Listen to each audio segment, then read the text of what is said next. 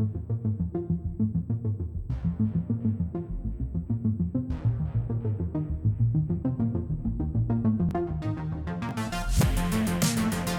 welcome to What America's Thinking, where we discuss key elections, demographic trends, and public opinion. I'm Rafael Bernal. The 2022 midterm elections are just around the corner, and races in battleground states are super tight, especially in Georgia, where ex-NFL running back Herschel Walker is hoping to unseat incumbent Democratic Senator Rafael Warnock. Remember, Warnock helped flip the Peach State from red to blue in 2020. And that's our focus for today. So with that, let's get into today's top lines. So new Emerson College polling and the Hill survey shows Warnock ahead of Walker by 2 points at 48% versus 46%. So a majority of respondents, 55% of them, expect Warnock to be reelected, which is 2 percentage points higher than last month. Voters were less optimistic about Walker's prospects. The share of voters who expect him to be elected went down by 2 points. So news that Walker allegedly paid for an ex-girlfriend's abortion may have dinged him a little bit. 4% of respondents are undecided. Here to help us unpack what's going on in Georgia is Spencer H. Kimball, director of the Emerson poll. Spencer, welcome. Rafael, thanks for having me.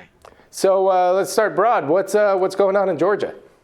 Well, let's take a look at that U.S. Senate race. As you mentioned, Rafael Warnock, he was trailing in our polling for most of the year, but in this current poll, we now have him with that 2-point lead, which is a big change from what we've been seeing. So we see this race. It seems to be changing in Warnock's favor. It's still really tight. Is it a matter of people believing that Warnock is probably going to win, or do we just see a matter of more people wanting Warnock to win? Well, in that voter expectation question, even when we had Warnock trailing in the ballot test, the voters were still saying they expected him to win. So see those numbers continue to move up, that suggests a trend moving in his favor. On the flip side, Herschel Walker has been under a lot of scrutiny for some of his previous actions in the last couple of weeks. And what we're noticing is that Warnock has about a +4 in his favorability. So he's at about 51% favorable, and Walker's at about 47%. Yeah, let's get into that favorability. Last week, bombshell allegations claimed that the staunchly pro-life Walker urged and paid for a previous girlfriend's abortion in 2009. Walker has vehemently denied these claims and recently told Fox News that the reports have awoken a grizzly bear. Here's what Walker had to say on the issue. It's been a tornado over the last 48 hours. I watched you with Sean the other night. This, according to the Daily Beast, you know this woman, even though her identity is not known. Have you figured out who it is? Not at all, and that's what I hope everyone can see. It's sort of like everyone is anonymous or everyone is leaking, and they want you to confess to something you have no clue about. But it just shows how desperate they are right now. They see me as a big threat, and I know that. And I knew it when I got into this race, but they don't realize that I think they came for the wrong one. They energize me. They energize me because I know how they really want to try to keep this seat. And if I let them keep this seat, that means we're going to have high taxes. That means that this border is going to stay wide open. That means we're going to have crime on the street. Well, that's the reason I came. We can't do that. And here's Democrat incumbent Rafael Warnock responding to attack ads on the issue of abortion. Listen, we saw these kinds of attacks before, and there's a reason why they didn't work. They were vetted, and I think at the end of the day, this race is about who's ready for Georgia.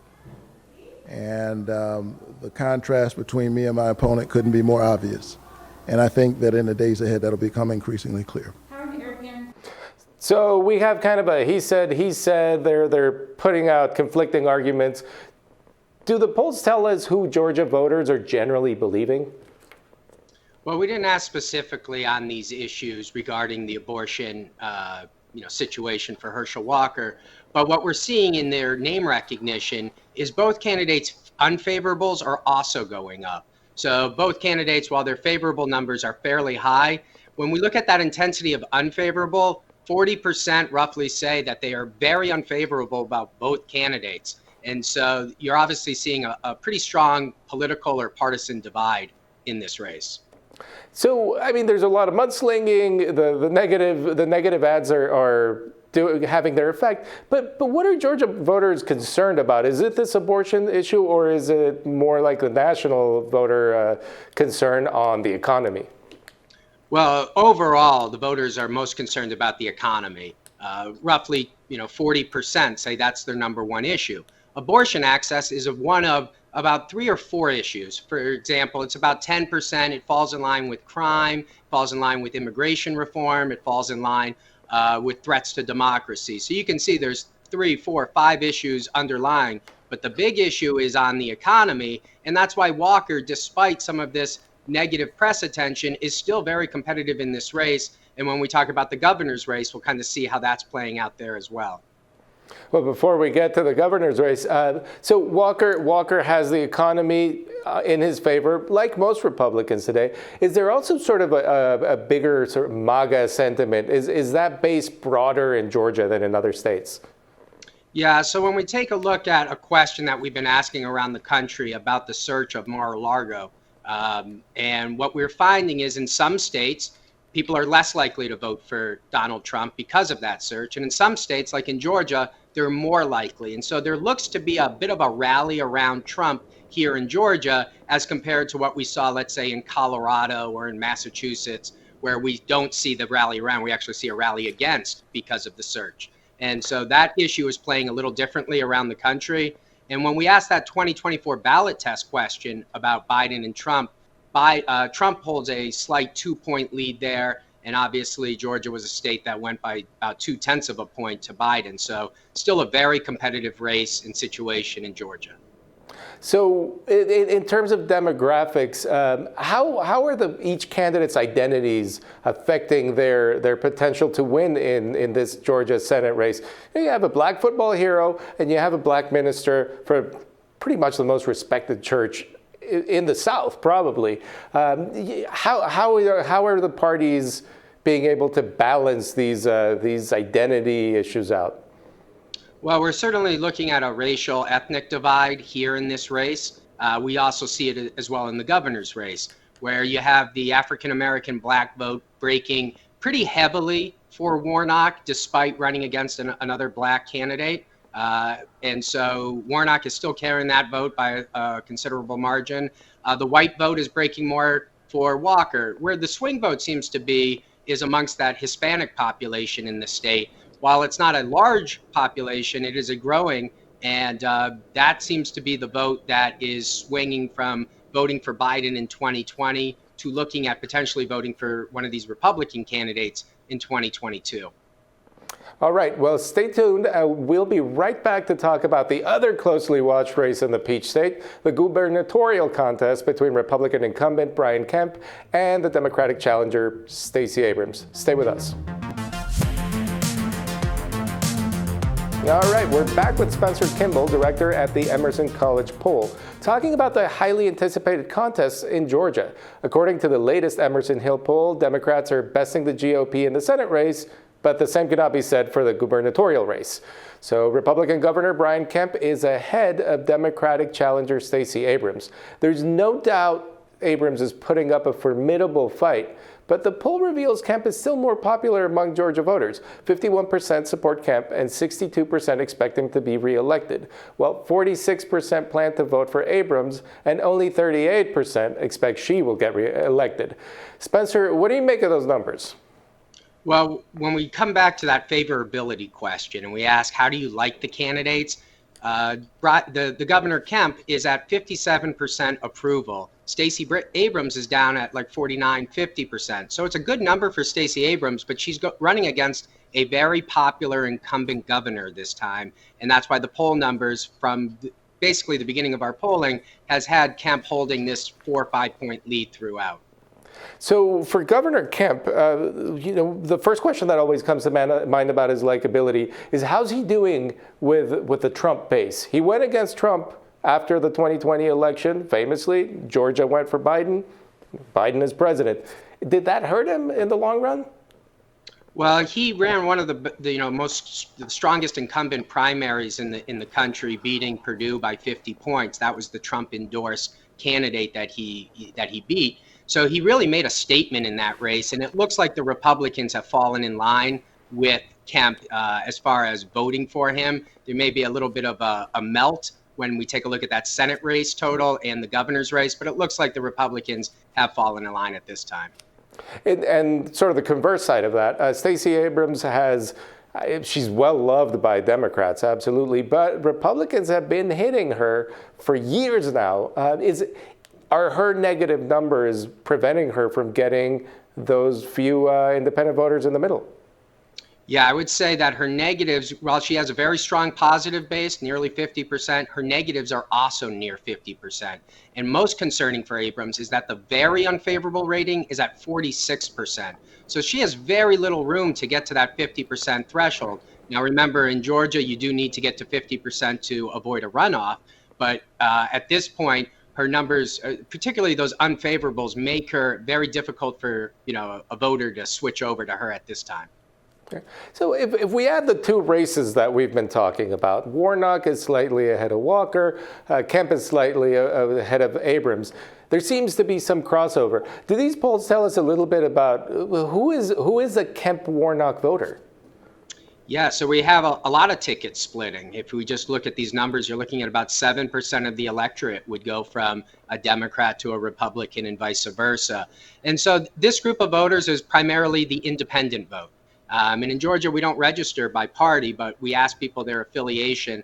Those who don't vote in the primaries, that's going to be your swing vote. And it looks like it's coming down to the suburbs. So the rural and the city areas are kind of locked in for the two parties, but the suburbs seems to be the battleground right now. So finally, Republicans also fare better in the presidential matchup if President Biden were up against former President Trump. The Emerson Hill survey uncovered that 45% of Georgia voters would vote for Trump in a hypothetical 2024 matchup, compared to 43% who would vote for Biden. Is the 2020 Biden vote still pushing Democrats up, still lifting Democrats up, even with the president's relative unpopularity? Yeah, what's interesting about President Biden is that his favorabilities don't seem to connect as much with the candidates as Donald Trump's favorabilities with the Republican candidates. And what I mean by that is when Joe Biden's approval ratings were tanking over the summer, those Democratic candidates were still doing well in these Senate races and governor races. And now that his approval numbers have gone up, we're not really seeing a jump of support for these Democrats. And so he doesn't necessarily represent the Democratic Party the way Trump represents the Republican Party. And so his sway with those voters don't seem to be as intense. With that said, he's still very competitive in the state of Georgia if the election were held today, despite everything that's happened over the last 2 years. And obviously, this will be a battleground moving forward. It seems that trend's going on throughout the country, right? Biden's unfavorability or favorability is just not moving elections that much. Exactly. And part of that is that his brand is more Joe Biden and not the Democratic Party, where when we ask voters about the Republican Party, it is essentially Donald Trump's party. And so as they like Trump is how they view Republican candidates. The Democrats seem to be a little bit more attenuated between their candidates and the president. So you say this race seems to have stabilized. At first, Republicans had a very big advantage in the early summer. Over the summer, Democrats kind of cut into that advantage. Do you see anywhere in Georgia, and definitely in the country, actually, where we can expect big shifts at this point, or is it just a matter of chipping away at that 1 or 2%? No, we're still seeing high numbers of undecided voters in states. And so obviously in Georgia, it's a little bit less. But remember, you need to get to that 50% threshold. And so if you have a libertarian candidate that can pull 1 or 2 points in a 1 or 2 point race, we'll have another election to deal with. But we're seeing up in Ohio, 8-9% of voters are undecided. I think as these debates start happening around the country and voters get to see these candidates debate each other, then they're going to come in and start lining up with one or the other. But at this point, it seems about 8 to 10% are still waiting to see or make their choice on who they'll vote for November 8th. And then how much is a national strategy weighing with Senate voters specifically? Do you see from the poll, can you tell if Georgia voters, for instance, Ohio voters, Wisconsin, Pennsylvania, list goes on, Nevada, we keep forgetting Nevada. Are they voting for their candidate? Are they voting for their hyper-local issues? Or are they thinking about who's going to control the Senate? Yeah, so we definitely have to be looking at the state level. I think we've learned from enough presidential races that national polls may give you a national picture of what's happening, but it's really about the states. And in the midterm elections, it's going to be about 6 or 7 states in these Senate races that we're focusing in on to control the Senate and the House. So I do think that there'll be some movement in these races over the course of the next 4 weeks. And I think that these debates will play a big part of that. Excellent. Well, Spencer, thank you so much for being with us today. Rafael, thanks again for having me. And thank you all for watching. And now we have a little bit of an idea of what America's thinking. We'll see you next time.